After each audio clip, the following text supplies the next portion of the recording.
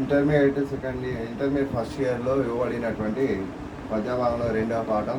దీని పేరు మల్యావత ఉపదేశ. దీనిని వాల్మీకి మహర్షి రచించడం జరిగింది. దీనిని శ్రీమద్ రామాయణం అనే గ్రంథం నుండి తీసుకోబడింది. ముందుగా ఈ పాఠాన్ని వివరించే ముందు వాల్మీకి మహర్షి ఒక శ్లోకాన్ని వివరించడం జరిగింది. అది మీకు వినిపిస్తాను. కుజంతం రామం రామేతి మధురం మధురాక్షరం ఆరుహ్య కవితా శాస్త్రం వందే వాల్మీకి కౌకిలం అనే శ్లోకంలో బాగా వివరించారు. అంతేకాకుండా వాల్మీకి మహర్షి చతుర్విధ పురుషార్థాల గురించి కూడా తన గ్రంథంలో బాగా వివరించడం జరిగింది. అంతేకాకుండా ఈ గ్రంథము ఒక కల్పవృక్షము లాంటిదని కూడా చెప్పడం జరిగింది. కల్పవృక్షము అనగా అంటే ఏదైనా కోరిన కోరికలను తీర్చేటువంటి వృక్షం అని చెప్పి మన మనసులో అనుకోండి, నాకు బాగా ఆహారం కావాలి, నేను చాలా రోజుల నుండి ఆహారం తినలేకపోయాను, కాబట్టి ఆ ఆహారం కావాలి అని చెప్పి కోరితే ఆ కల్పవృక్షం వెంటనే మన కళ్ళ ముందట ఆహారాన్ని తీసుకుని వచ్చేటువంటి గొప్ప విధానం లేనటువంటి వృక్షం యొక్క గొప్పతనాన్ని గురించి కూడా మనకు వాల్మీకి మహర్షి వివరించడం జరిగింది. అంతేకాకుండా ఈ ప్రస్తుత పాఠ్యభాగం అనేటువంటిది తాను రచించినటువంటి శ్రీమద్ రామాయణంలోని యుద్ధకాండము యొక్క 35వ భాగం నుండి తీసుకోబడిందని చెప్పి నాకు కవి పరిచయంలో తెలియజేస్తున్నారు. మరి ఈ విధంగా చూసినట్లయితే ఈ వాల్మీకి మహర్షి ఈ పాఠ్యభాగాన్ని మనకు ఎవరు వివరిస్తున్నారంటే వాల్మీకి మహర్షి అనేటువంటి కవి మనకు ఈ పాఠ్యభాగాన్ని వివరిస్తున్నారు.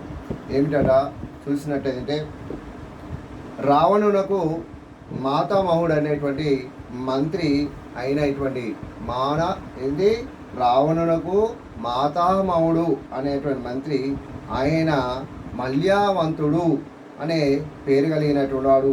ఇతడు శ్రీరామునికి సీతాదేవికి అప్పగించవలనని యుక్తము అని చెప్పి పలికినాడట. అది రావణునికి చాలా హితోక్తులు పలుకుట, అంటే నువ్వు నాకు మంచిని చెప్పడము ఏమిటి అని చెప్పి రామునితోని కోపానికి రావడం జరిగింది. అప్పుడు మంత్రి అయినటువంటి మాతామహుడు అనే మంత్రి ఈ విధంగా సమాలోచన చేయడం జరిగింది. ఏంటట, ఓ ఆజానుభావుడా అంటే ఏంటంటే మన యొక్క చేతులు, అంటే చేతిని కనుక కిందికి వదిలినట్లయితే మన యొక్క చేతులు మోకాళ్ళ వరకు మన యొక్క చేతి వేళ్ళు తాకితే అలా తాకినటువంటి వ్యక్తిని ఆజానుభావుడు అని అంటారు. కాబట్టి ఆజానుభావుడు అయినటువంటి శ్రీరామచంద్రుడిని శంకారావంతో, ఎందుకంటే ఎవరినైనా కూడా ముందు యుద్ధానికి కానీ దేనికి కానీ పిలవాలంటే ఖచ్చితంగా దానికి శంకారావం, అంటే శివుని చేతిలో ఉన్నటువంటి శంకు ఉంటుంది కదా, శంకు అనేటువంటి దాంతో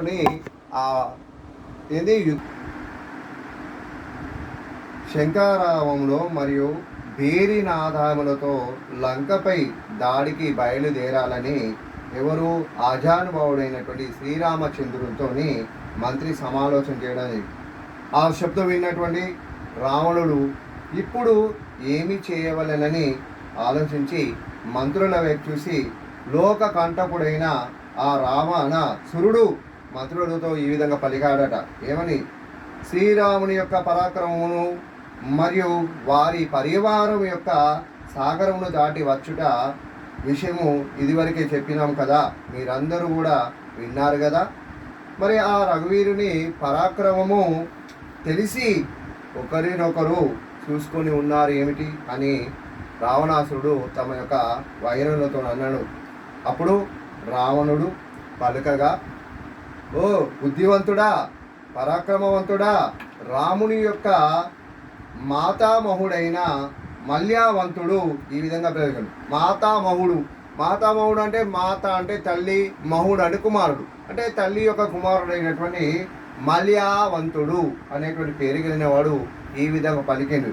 ఏమని పలికిండు మల్యావంతుడు అనగా, ఓ రావణ, 14 విద్యల యందు ఆరితేరినవాడు, నీతి శాస్త్ర కోవిదుడు మాత్రమే తన శత్రువు అని రావణాసురుడు మల్యావంతుడితో పలికినాడు. అప్పుడు చేయవలసినటువంటి పనిని ఎప్పుడైనా కూడా చేయాలి. అదే విధంగా సకల ఐశ్వర్యంలోనూ అనుభవించగలడు మంచి రాజు, మరియు సునాయసముగా అంటే తొందరగా వేగంగా దేశం యొక్క కాల పరిస్థితులను అనుసరించి శత్రువులతో సంధిని మరియు విగ్రహమును చేసుకోవాల్సినటువంటి అవసరం ఉంది. ఇదే సరి అయినటువంటి సమయము. కాబట్టి తన పక్షమున గల బలమును అభివృద్ధి చేసుకోవలెను. అట్టి రాజు మాత్రమే ఐశ్వర్యాలతో ఉండగలడు. శత్రువుల కంటే తన బలము, శక్తి, సామర్థ్యము తక్కువగా ఉన్న లేదా వాటిలో సమానంగా ఉన్న రాజు ఎప్పుడు కానీ శత్రువులతో సంధి చేసుకోవడానికి మేలు గల ఆలోచనని చేసుకుంటాడు. ఒకవేళ శత్రుబలము కనుక ఆ యొక్క రాజు బలం కన్నా తక్కువ ఉన్నట్లయితే అప్పుడు సంధి చేసుకోవడానికి ఆ రాజు అనేవాడు ఇష్టపడు. అప్పుడు ఏం చేస్తాడు? శత్రువును యుద్ధానికి రమ్మని ఆహ్వానిస్తాడు. కాబట్టి అటువంటి విధానంలో చేసుకోవడము అనేటువంటిది సరైనటువంటిది కాదు కదా.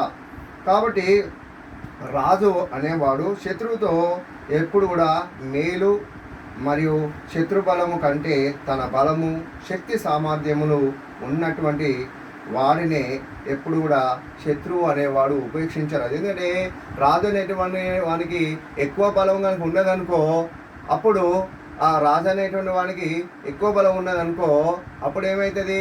శత్రువు అనేవాడు రాజును ఎదుర్కోవడం చాలా కష్టమవుతుంది. కాబట్టి రాజు అనేటువంటి వానికి శక్తి ఉన్నప్పుడు శత్రువు అనేవాడు కూడా తనకు సమానమైనటువంటి శక్తి కలిగిన వాడు ఉంటేనే యుద్ధం చేయడానికి సమూజ్జీలో కూడా ఎవరైనా ఒకరు విజయం సాధించడానికి అవకాశం ఉంటుంది. కాబట్టి బలవంతుడైనటువంటి శ్రీరామచంద్రుడైనటువంటి రాజుని ఓడించాలి అంటే అంతే సమానమైనటువంటి శత్రువు బలాన్ని కలిగి ఉండాలి. కాబట్టి ఇప్పుడు ఆ శత్రువు అనేటువంటి వాడిని నువ్వు ఉపేక్షించరాదు, అంటే ఆలస్యం చేయరాదు. అంతేగాక అతనితో యుద్ధం చేయుటకు ఇదే సరి అయినటువంటి సమయం. బలవంతుడైనటువంటి శ్రీరామునితో సంధి చేసుకుంటే మేలని నాకు తోచుచున్నది అని మల్యావతుడు ఉపదేశించడం జరిగింది రావణునికి. అప్పుడు అవును, నిజమే, నువ్వు చెప్పినటువంటి విషయం నాకు అర్థమైంది. ఎందుకంటే బలవంతుడైనటువంటి శ్రీరామచంద్రునితో యుద్ధం చేసిన దానికన్నా మంచిగా వెళ్ళి మాట్లాడి సంధి చేసుకుని యుద్ధాన్ని విరమించుకోవడమే చాలా గొప్పది కదా, నీ ఆలోచన బాగా ఉంది అని చెప్పి రావణాసురుడు మల్యావతితో ఈ విధంగా పలకడం జరిగింది. అప్పుడు సమస్త దేవతలు మరి ఋషులు, గాంధర్వులు శ్రీరాముని యొక్క విజయమును కోరుతారు. అందరూ శ్రీరాముని యొక్క విజయాన్ని కోరినప్పుడు నువ్వు అపజయాన్ని చూసినట్లే కదా, అప్పుడు నీ గురించి ఎవరు ఆలోచిస్తారు? రావణ ఇది ఎందుకు ఆలోచించడం లేదు అని చెప్పి మల్యావంతుడు రావణునితో ఈ విధంగా పలికినాడు. అప్పుడు ఆ మల్యావంతుడు ఏమని ఉంటున్నాడు? ఈ రావణుడు, ఓ సృష్టికర్త ఎవరు? సృష్టిని సృష్టించేవాడు ఎవరు? శ్రీ బ్రహ్మ. బ్రహ్మ లేకపోతే సృష్టి లేదు. సృష్టి లేనప్పుడు సృష్టికర్త చెప్పిన విధంగా నడవకపోతే ఏ విధంగా నడుతాడు? సురులు అంటే దేవతలు అని, అసురులు అనే రాక్షసులని, ఈ విధంగా రెండు వర్గాలను సృష్టించడం జరిగింది. ఎవరు? సృష్టికర్త అయినట్టు బ్రహ్మ. కాబట్టి ఈ రెండు కూడా ఏమిటి? సుర అనేది ఒక వృక్షము, అసుర అనేది ఒక వృక్షము. కాబట్టి వారిని రెండు వృక్షములను శ్రీ బ్రహ్మగారు సృష్టించడం జరిగింది. కాబట్టి ఇచ్చట సురులు ధర్మంను ఆచరించాలి. సురులు అంటే ఎవరు? దేవతలు ఎప్పుడు కూడా ధర్మాన్ని ఆశ్రయించాలి, మరియు అసురులు అధర్మమును ఆశ్రయించాలి అని ఆ యొక్క బ్రహ్మదేవుడు సృష్టించినప్పుడు చెప్పడం జరిగింది. ఎల్లప్పుడూ ధర్మము మంచి స్వభావాన్ని గల దేవతల యొక్క పక్షాన నిలుస్తుంది. అదేవిధంగా నీ పక్షమున అధర్మము, దుష్ట స్వభావము గల అసురులు నిలిచి ఉన్నారు అని చెప్పి మాల్యావతుడు రావణాసురునికి ఈ విధంగా ఉపదేశము చేయడము జరిగినది. మరి సంధి అంటే ఏమిటి? సంధి అనేటువంటి విషయాన్ని గురించి కూడా మల్యావతుడు ఎవరితోని? ఈ రావణాసురుడితో చెప్పడం జరిగింది. ఎందుకు? యుద్ధమును విరమింపజేసుకోవడానికి సంధి మార్గమున పోతే బాగుంటుంది. ఎందుకంటే యుద్ధము చేయాలంటే సమూజ్జి కావాలి. మరి శ్రీరామచంద్రుడు గొప్ప బలవంతుడే. మరి ఆ బలవంతుడైనటువంటి శ్రీరామచంద్రునితో యుద్ధం చేయాలంటే నువ్వు బలహీనునివి. మరి అటువంటి బలహీనుని అతనితో యుద్ధం చేస్తే ఆ యుద్ధంలో నువ్వు ఓడిపోతావు. ఓడిపోవడం వల్ల నీకు వచ్చే ఉపయోగం లేదు, కానీ గెలవడం వల్ల శ్రీరామచంద్రుడు అందరూ పొగడడం జరుగుతుంది. కాబట్టి సంధి చేసుకుంటే ఈ విధంగా శ్రీరామచంద్రుడు పొగడేటువంటి విషయం అవుతుంది.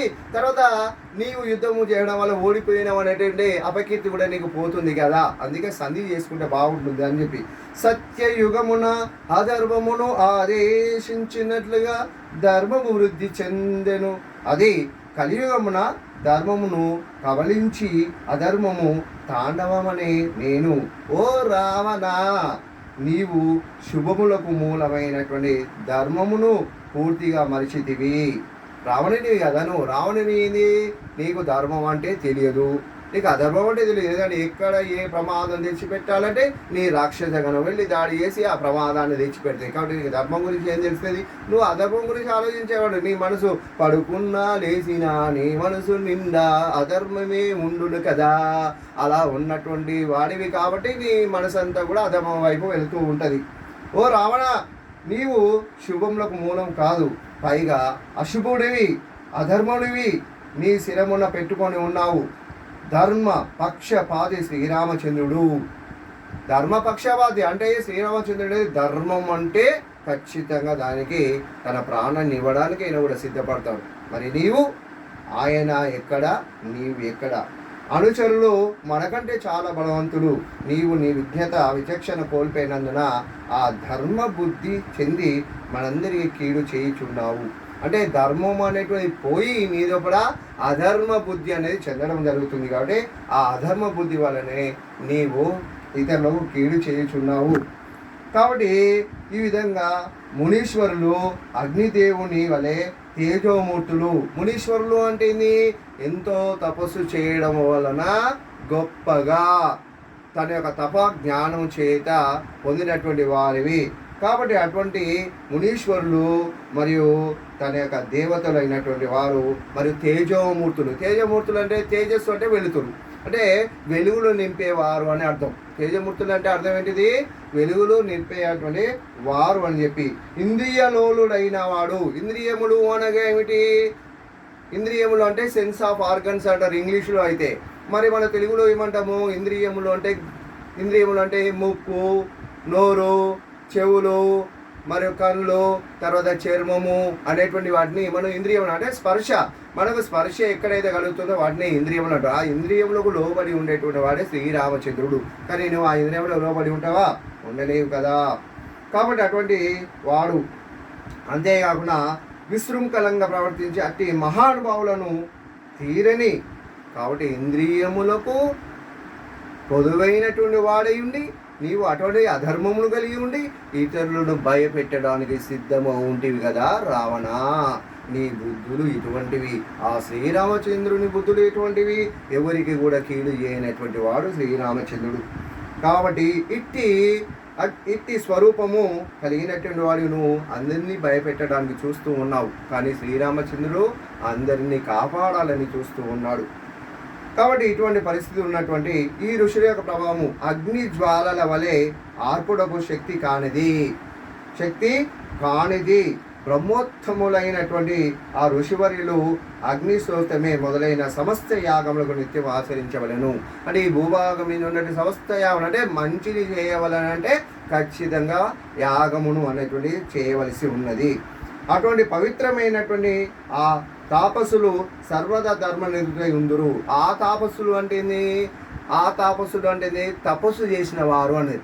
తపస్సు చేసిన వారు ఋషులు ఎప్పుడైనా కూడా ధర్మను కలిగి ఉంటారు. మరి నువ్వు తపస్సు చేస్తున్నావా? చేయడం లేదు కదా. నీవు చేస్తున్నావా? చేయడం లేదు కదా. కాబట్టి అటువంటి వారు ఉన్నారు. కాబట్టి వారు తపస్సులు గొప్పవారు. అటువంటి వారు మంచి మంత్రములను పఠిస్తారు, మంచి యాగములను చేస్తారు, మంచి హోమములను చేస్తారు. కానీ నీవు వాటి విరుద్ధముగా చేయుచున్నావు.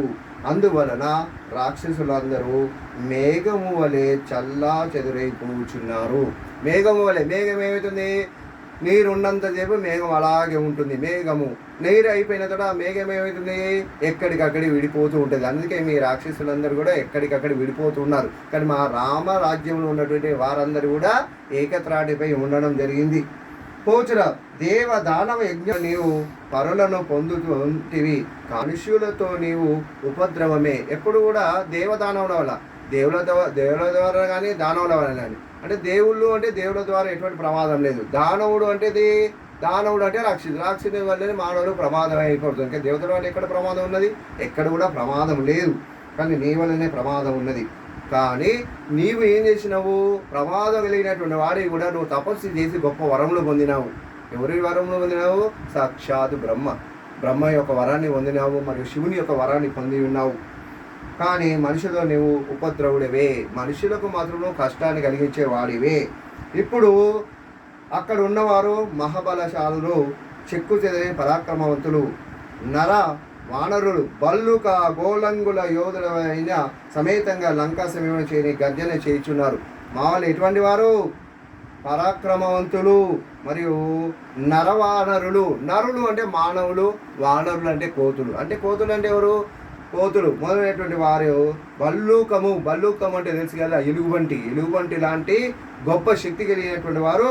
గోలంగులు, గోళం అంటే భూమి గుండ్రగా ఉంటుంది కదా, ఆ గుండ్రగా ఉండే గోలంగులు యోధులు అనేటువంటి వారు నీ దగ్గరికి లంకా నగరానికి దగ్గరికి చేరి గర్జన చేయాలని చూస్తున్నారు. మిగతా పాఠ్యాంశాన్ని రేపటి వీడియోలో చూద్దాం.